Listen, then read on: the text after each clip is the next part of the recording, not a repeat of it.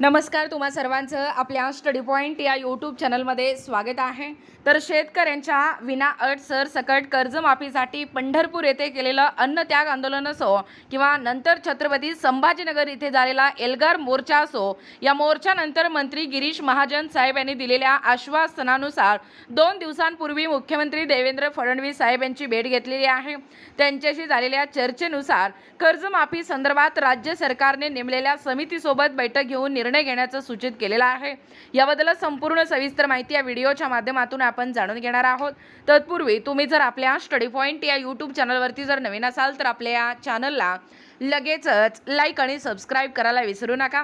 चला तर मग वेळ वाया न घालवता शेतकऱ्यांच्या या विनाअट सरसकट कर्जमाफीसाठी काय अपडेट सांगतोय ते या ठिकाणी आपण जाणून घेऊया। बघा, या ठिकाणी तुमच्या समोर हा पत्र आहे। रोहित राजेंद्र पवार, सदस्य महाराष्ट्र विधानसभा, प्रति माननीय श्री प्रवीणजी परदेशी, मुख्यमंत्री यांचे प्रमुख आर्थिक सल्लागार तथा CEO मित्र मुंबई। विषय आहे, दिनांक पाहू शकता 3/7/2026 म्हणजे आजच या ठिकाणी निवेदन देण्यात आलेलं आहे। शेतकरी कर्जमाफी योजनेतील जाचकटी काढण्यासंदर्भात उच्च अधिकार माहितीसोबत चर्चा करण्यासाठी वेळ मिळण्याबाबत महोदय संपूर्ण सविस्तर अपडेट पहा।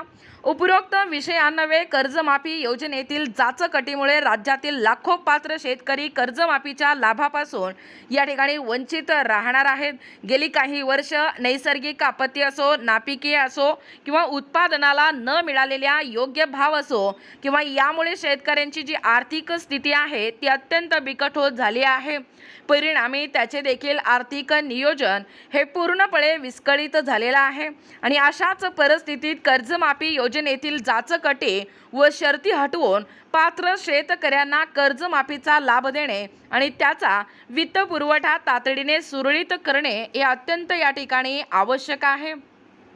यासाठी आम्ही म्हणजे सदस्य महाराष्ट्र विधानसभा रोहित राजेंद्र पवार यांनी पंढरपूर येथे अन्नदात्यांसाठी अन्नत्याग आंदोलन तर छत्रपती संभाजीनगर एल्गार अन्नत्यागाचा या ठिकाणी अन्नदात्याचा आंदोलन केले आहे आणि याच आंदोलनाची दखल घेत शासनाच्या वतीने जलसंपदा मंत्री माननीय श्री गिरीश महाजन साहेब यांनी मुख्यमंत्री चर्चा करण्याचे तसेच आमच्या शिष्टमंडळाची उच्च अधिकार समितीसोबत बैठक करण्याचा शब्द दिला होता आणि त्यानुसार दिनांक 1/6/2026 रोजी मुख्यमंत्र्यांच्या सोबत आमची बैठक पार पडली आणि याच बैठकीमध्ये मुख्यमंत्री महोदयांनी उच्च अधिकार समितीसोबत चर्चा करण्याचे सूचित केले आहे।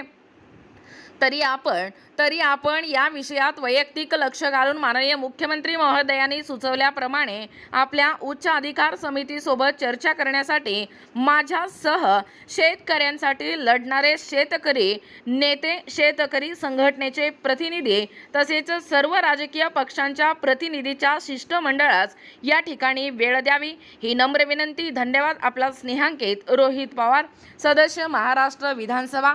बघा, एकूणच अशा पद्धतीने शेतकरी कर्जमाफी योजनेतील जाचकटी या ठिकाणी काढण्यासंदर्भात उच्च अधिकारी समितीसोबत चर्चा करण्यासाठी वेळ मिळण्याबाबतचा महत्त्वपूर्ण पत्र पाठवण्यात आलेला आहे।